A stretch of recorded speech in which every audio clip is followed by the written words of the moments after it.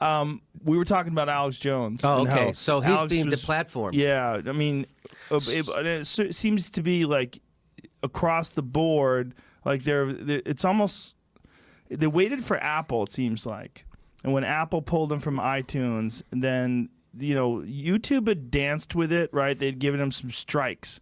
It was really recently, like within the last couple of months. Facebook too. Mm-hmm. Yeah, Facebook had given them some strikes, and YouTube gave them some strikes, and people are like, hey, there was some.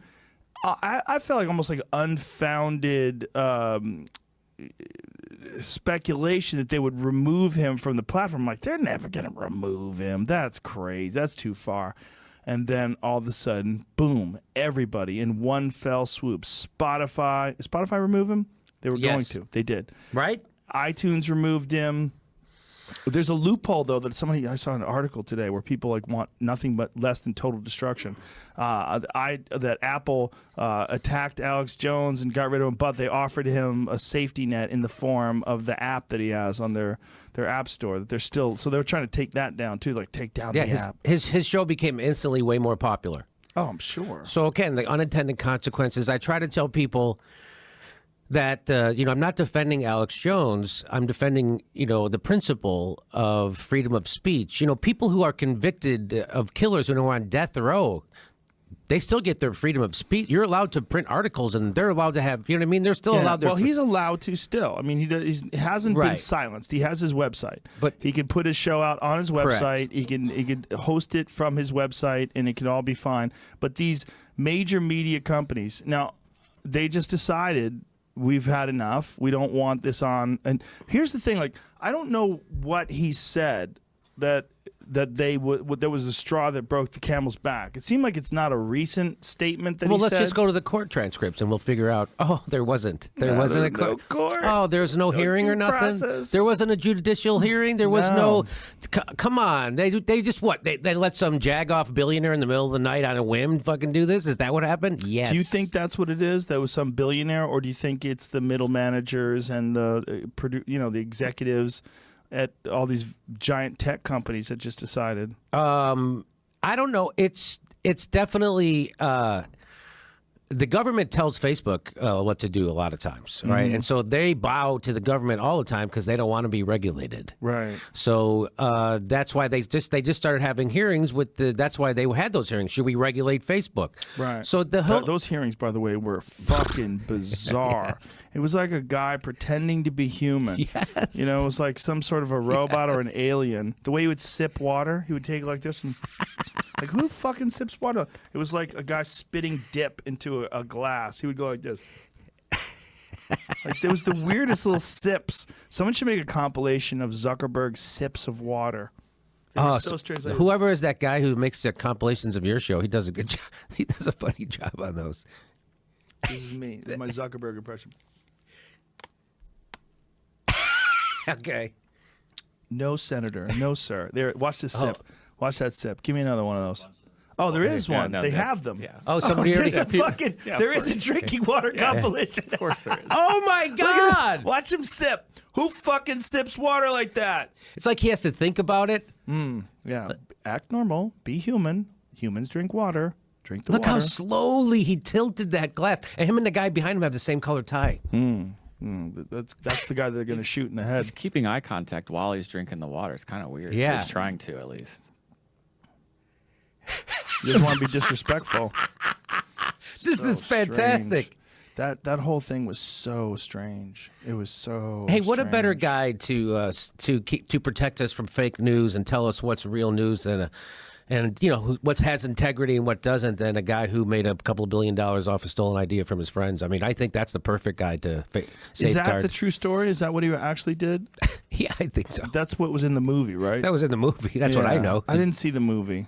Oh, okay. Yeah, I know the story, though, was that he ripped people off, that it wasn't his idea, but he was the one who figured out a way to wrestle it free and, I don't know, get rich as fuck. But this is, Matt Taibbi wrote an article on the August 2nd about this, and there's been a lot of people being deplatformed from Facebook that you don't know about. Like who? Like this isn't like, okay, so here's what he's...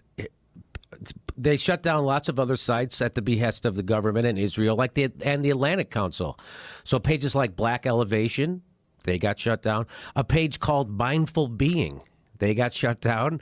Facebook also wiped out No Unite the Right To, which is a page appearing to advertise a counter rally on the upcoming anniversary of the violence in Charlottesville. So they shut that down too. Matt Taibbi, let me just give you a quick quote from his article. He says, Facebook was helped in its efforts to wipe out these dangerous memes by the Atlantic Council, on whose board you'll find confidence-inspiring names like Henry Kissinger, CIA Chief Michael Hayden, former acting CIA head Michael Morrell, and former Bush-era Homeland Security Chief Michael Chertoff. These people now have their hands on what is essentially a direct lever over nationwide news distribution. It's hard to overstate the potential mischief that lurks behind this union of internet platforms and would-be government censors. Ooh. Can I just read you one more paragraph? Because this is exactly what we're talking about. He says, it is already a scandal that these de facto private media regulators have secret algorithmic processes that push down some news organizations in favor of others, which they do. Witness the complaints by outlets like Alternet, Truthdig, and others that big platforms have been de-emphasizing alternative sites in the name of combating fake news. But this week's revelation is worse. When Facebook works with the government and wannabe Star Chamber organizations like the Atlantic Council to delete sites on national security grounds using secret methodology, it opens the door to nightmare possibilities that you'd only find in dystopian novels. So he goes on, and it's awesome what he says, but we would have more comfort if they would. I mean, there's no, like, one of the things that they're doing is they use that blanket term hate speech. Yeah. So, by the way, they're trying to put a bill. Have you heard about this in Congress, to make police a protected class of people? So if you say shit about them, now it's considered hate speech. Did you know that? What? Yeah, they're trying to make people. Yes. So fuck the police would be considered hate speech. So they would just retroactively arrest NWA. They could. What about Ice-T? He was a cop killer. Remember? Right. I'm a motherfucking cop killer. And so now, if you do have a rally that's against the police, that's a hate rally. Yeah. And they can take your YouTube channel down if you said hate stuff about the cops and stuff. Wow. So that's where we are. Hate speech. The fuck? How come I'm not allowed to hate shit? By the way, right. I hate Nazis. Can I say I hate fucking that's Nazis? Hate speech. I hate the KKK. Can I say I hate them? That's hate right? speech. You strongly dislike the KKK. You can strongly dislike something. When I was a kid, I hated the fucking Dodgers. I know. Hate speech. Because I was a Cubs fan, and the Dodgers always kicked our ass. Hate speech. Yeah, hate speech is a strange blanket term, almost like drugs. You know, like drugs is caffeine, but it's also heroin. You know, it's like drugs. What's wrong with hate? I don't understand. There's hate out there. So what? Yeah. So what's wrong? So, by the way, But it's a bad way of expressing things. Like, hate speech it's not a good descriptive, because I agree. When you stop, what does it entail? Like, you know, I had a conversation with a woman at YouTube about Sam Harris and Douglas Murray in a podcast where they had a conversation, and someone put it on their YouTube channel in their playlist. Just put it in their playlist, and they got a community guideline strike. Oh my God! I asked why, and the woman said very cleanly it was hate speech. And I said, "What are you talking about?" I go, "Did you listen to it? Or is it two intellectuals? There's two public intellectuals discussing immigration and some of the problems that Europe is having right now, and you decided that that's hate speech, and you don't even know what they said." But the fact that she so confidently described it in that way sort of it sort of embodies what this problem is that they have these blanket terms they're able to throw on problems, and there's a million other fires to put out, so there's no more need to put any more consideration into this. This guy's a problem. This is problematic. This is hate speech. Shut it down.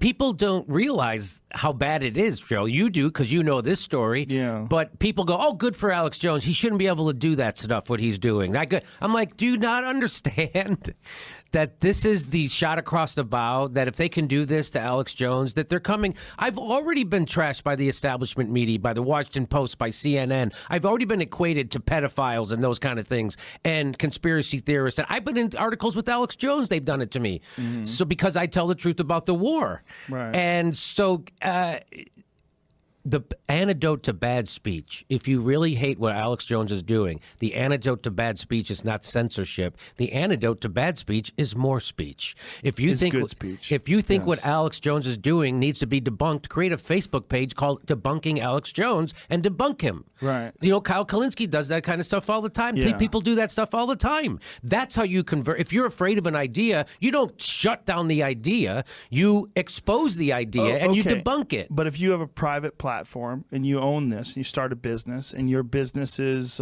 putting up YouTube videos and you decide that someone is putting up something that's hurtful and damaging and racist, then it could be used to attack large groups of people, and then you see like all the craziness that's been connected to the alt-right movement, and you associate that with this individual. Do you have to keep that on your platform? I mean, there's no regulation right now. It's not like the public utilities or... It should be, though. That's my point. My point is that 70% of the people get their news from Google and Facebook, and they're a monopoly, right? So they have monopolistic powers. 70%? Yeah, that was a stat I read today. So you can't... it's like, well... I was reading that too. I don't know if I believe it. Hey, they took Stretch. Yeah, they took... Why do you think it's a stretch? It's a lot of... if it says 45% of the people get it straight from Facebook, that means 150 million people are on Facebook every single day. Yeah, I think that's not accurate. No, but I think that's right. But when they get their news... We don't. The 3 people in this room aren't, so that's 3 people right here that aren't. But I get my news from Google. I have that Google app on my phone, and every day I go to it in the morning when I'm taking a shit, and I go over like, what's crazy today? What's happening? Oh, new Porsche coming out. Putting it in one sentence. What did Sacha Baron Cohen do? One sentence is Well, tough. let's see what they said. I just looked at it. That's what it said. 45% get it from Facebook. But according to, is it a Gallup poll? It was according to their stats, and I went back to read another Rolling Stone article to find out where and they Rolling got Stone, that from. Right? Yeah. And it's a bunch of like Facebook article selling advertisements, and trying to find the data. So even if you quibble with those, we can't deny. Like Alex Jones cannot now go, well, just go to the other YouTube. There isn't another YouTube. You hate us, go to the other Facebook. There isn't another. So we have to recognize that the way we are organized as a society, that the town square is now owned by corporations that need to be regulated, right? Like before, when AT&T was the phone carrier for everybody, they couldn't go, I'm not going to give Alex Jones a phone service because I don't like the shit he's saying. Right. You can't.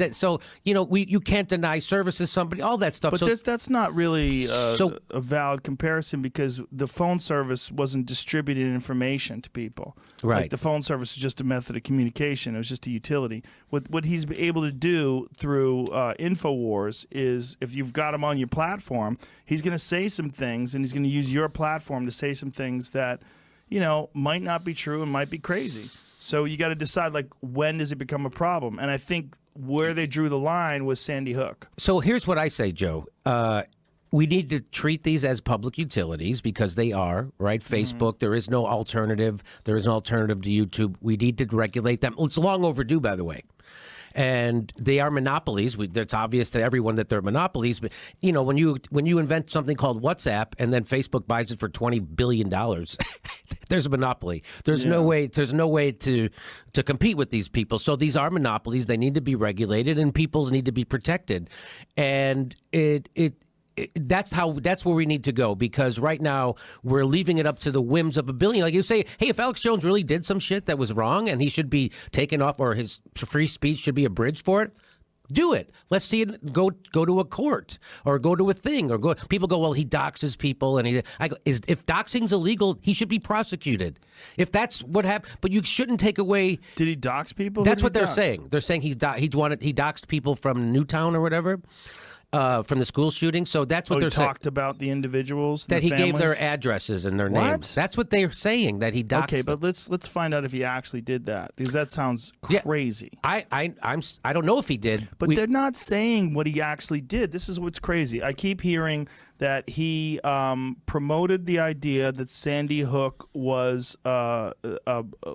It was false, and that it was a false flag, and that these were all actors. Right. I don't know if he actually said that. I think what he actually said was, I don't know if that happened.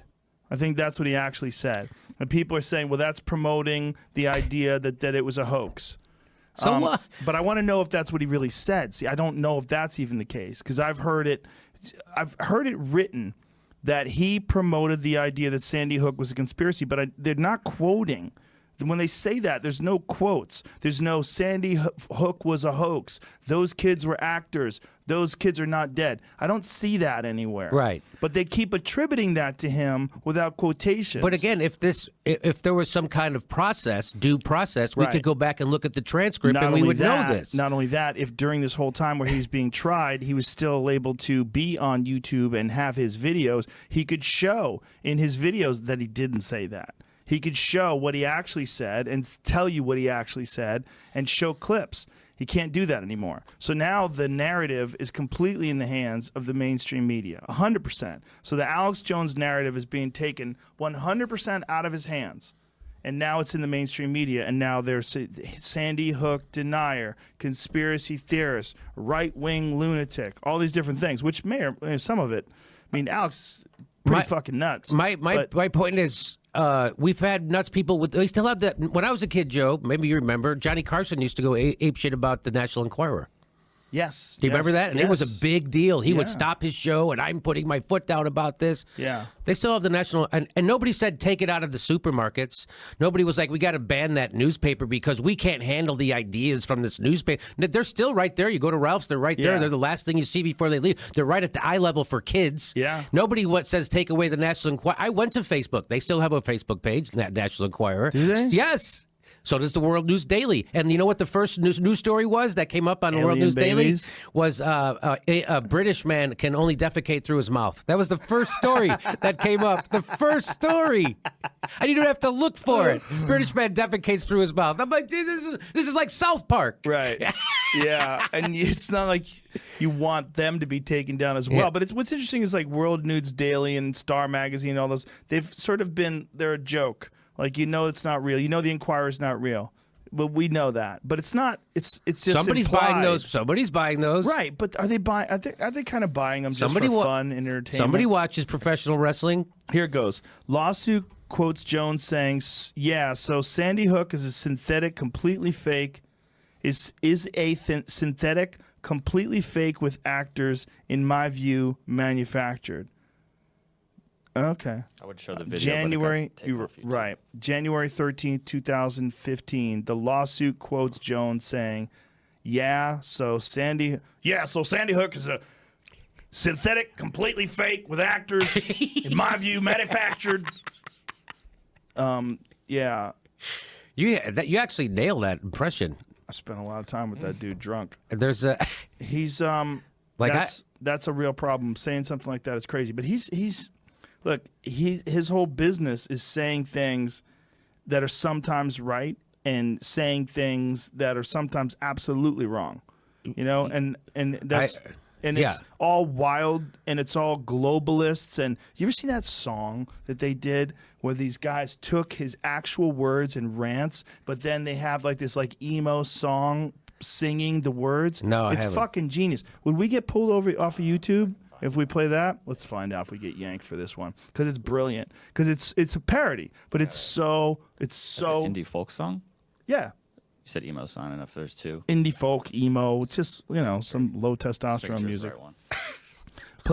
Listen to this. Listen to this. Listen to this. And that's why we're just out here doing simple things, pointing out that we're meant to be in nature and be natural. And this is where we find the source that God made to transcend the New World Order. And that's why they want to try to keep us out of it. Watch this. I'm angry. I've had enough of these people. They're a bunch of Christian murder scum. They're on giant death factories keeping babies alive. What? Taking the audio out. Oh, you're taking the audio off? Alex Jones rants as an indie folk song for people that are just listening to this. You got to Google this because we removed the sound from YouTube. Oh, okay. Eat babies. We want to eat babies. We love Satan. We want to eat babies. I have them on video. That's just what you just said. I have Hillary Clinton on video. Look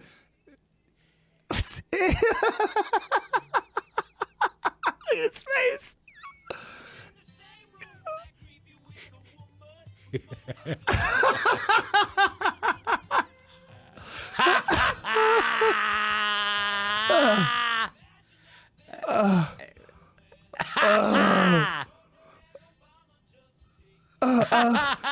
to this. Obama and Hillary both smell like sulfur. It's the song. Literal vampire potbelly goblins. Come on.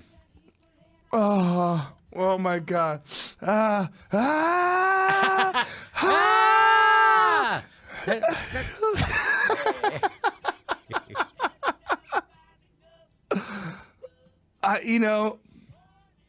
think there's something about his struggle right now that's representative of the chaotic world that we live in. That he does have this giant voice, then he does have this giant following, and that it is this his actual words come out in song like that and are so hysterical, and that they think that somehow or another yanking this guy off all these platforms is going to like remove it.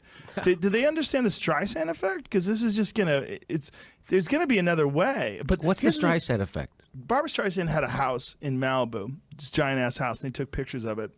And she went apeshit and, complained to all these, newspapers and complained to the police and everything that they're taking photos of her house and get the fuck out of here. I'm Barbara Streisand. And because of that, it became a giant story that Barbara Streisand is pissed that someone's showing her house. And they're like, well, it must be a hell of a house. Where is it? And then there it is. The Streisand effect is a phenomenon. There's the house whereby an attempt to hide, remove, or censor a piece of information has the unintended consequence of publicizing the information more wildly, usually facilitated by the internet. Okay. Yeah. They want to eat babies. No, I thought you guys...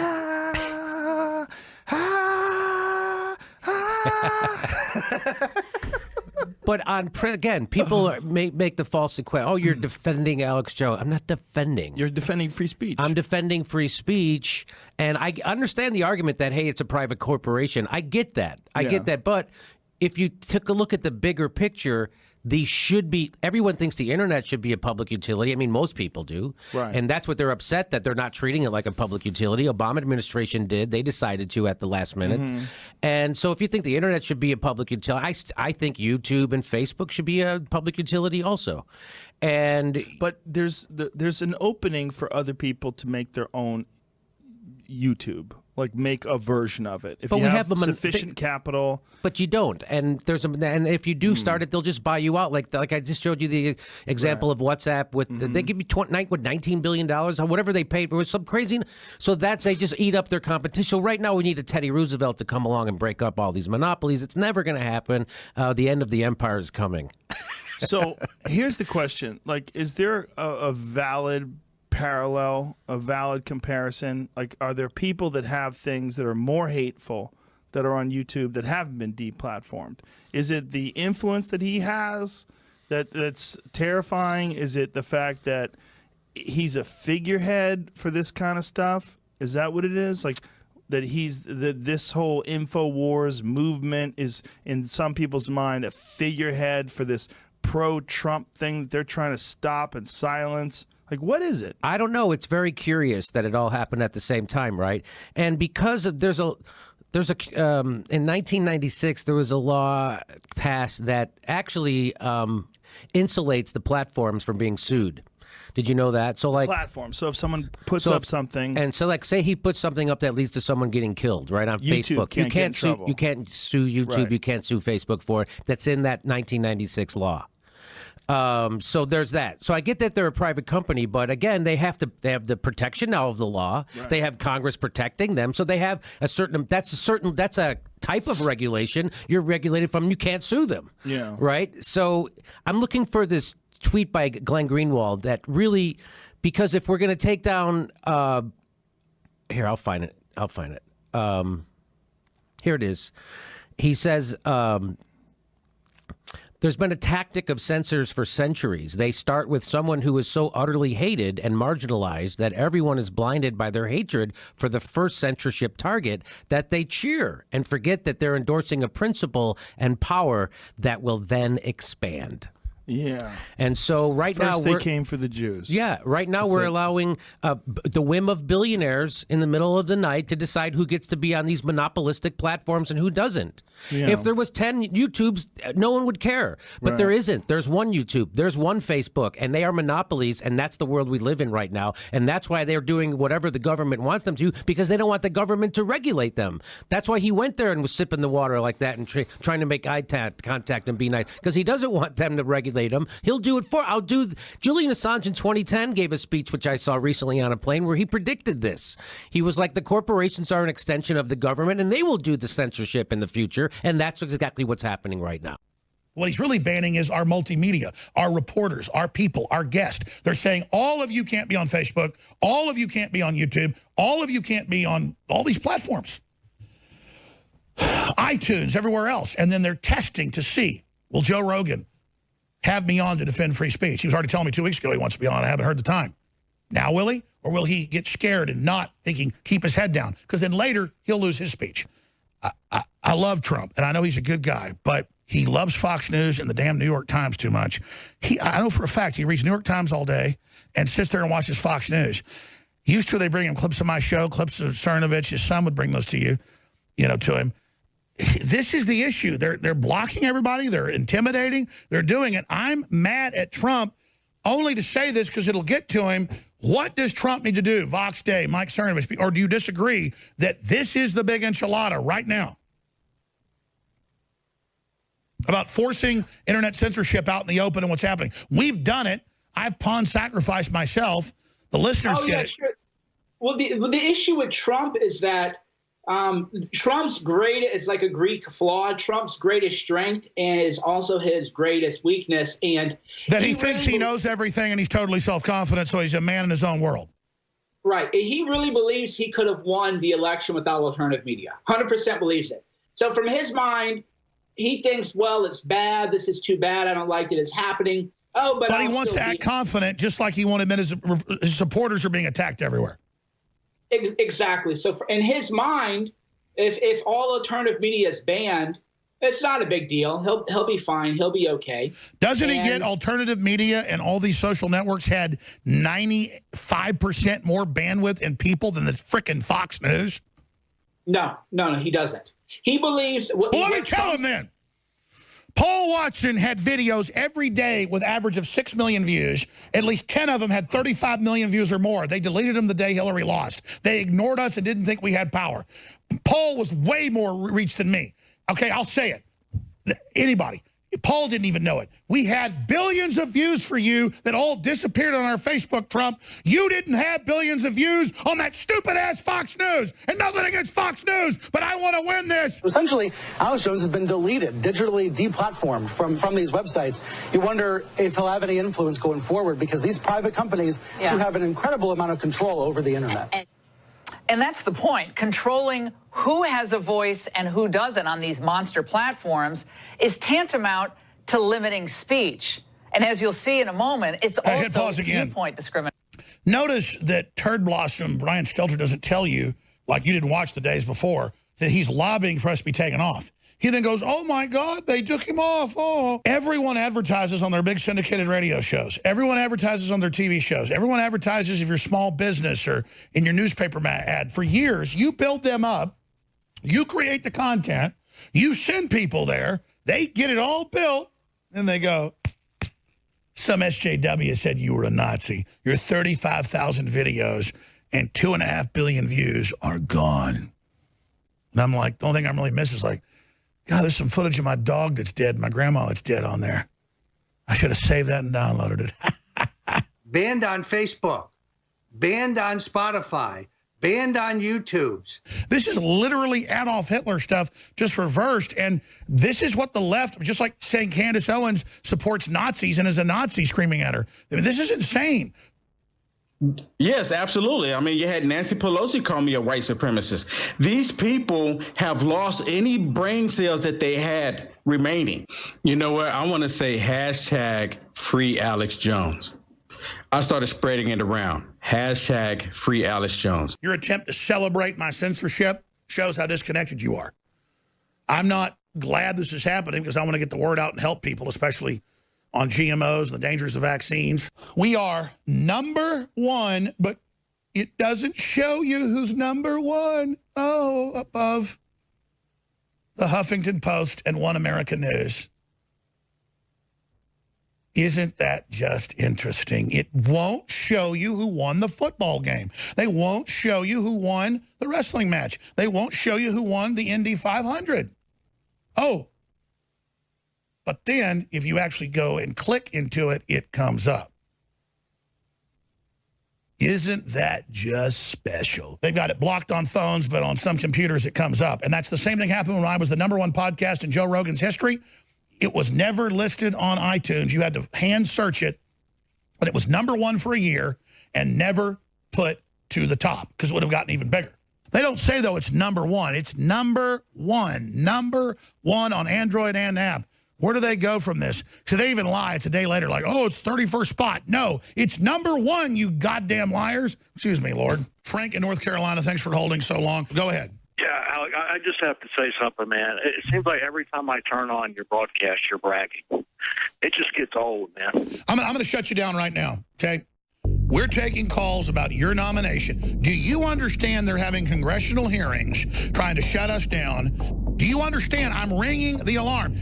If that was happening to anybody else, I'd be freaked out. I mean, what's it going to take? Us being shut down? Is that what you want, Frank? You know what, Alex? Hey, put him on pause again. Hey, Frank, do you understand it's not bragging to say we are the tip of the spear, we're under attack, we need your help? As much begging as I do, we can barely pay the bills and grow in the face of this. I'm not going to just stop growth and let them start pushing us backwards. You understand? I need your help, Frank. I need your help, Frank. Go to InfoWarsStore.com right now and help fund the InfoWar. Do you understand? I need your help, Frank.